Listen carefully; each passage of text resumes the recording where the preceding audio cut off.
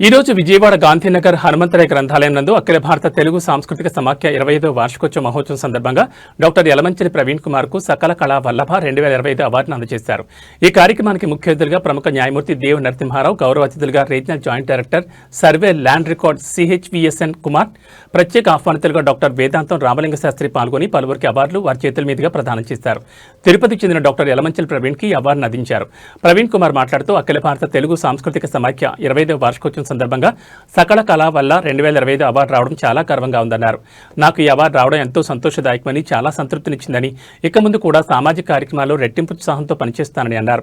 ఈ కార్యక్రమానికి సాంస్కృతిక సమాజం అఖిల భారత తెలుగు సాంస్కృతిక సమాఖ్య జాతీయ అధ్యక్షులు డాక్టర్ గనగల విజయ్ కుమార్ అధ్యక్షతన కార్యక్రమం నిర్వహించారు.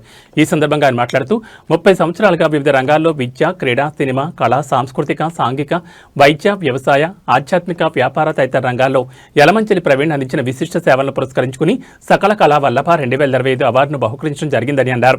న్యాయమూర్తి దేవ్ నరసింహారావు మాట్లాడుతూ ఒకే రంగంలో ఒకే వ్యక్తి ఇన్ని రంగాల్లో తనదైన శైలిని ప్రదర్శించి మన్ననలు అందుకోవడం చాలా గొప్ప విషయమని, ఇలాంటి వ్యక్తి డాక్టర్ యలమంచిలి ప్రవీణ్ అని ప్రశంసించారు. ఈ కార్యక్రమంలో GS Mallikarjun, A Joy Kumar, N Raj, Mamidi Satyam, Kishore, Khizar Ahmed తదితరులు పాల్గొన్నారు.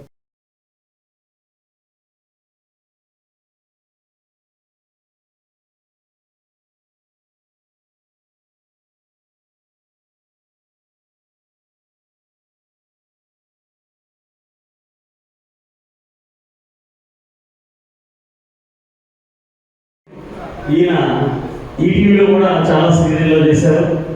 నాకు మంచి ఆత్మీయుడు ప్రవీణ్. 20 సంవత్సరాలు స్నేహం అండి. మళ్ళీ ఇప్పుడు చూస్తానండి మిమ్మల్ని.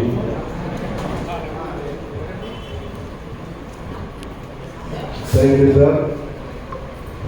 దాదాపు 21 సంవత్సరాల క్రితం విజయ్ కుమార్ గారి దగ్గర నుంచి అవార్డు తీసుకున్నాను. నేను ఒక 10 రంగాల్లో ఉన్నందువల్ల బిజీగా ఉండి 20 years అన్ని కలవకపోయినా గుర్తు పెట్టుకొని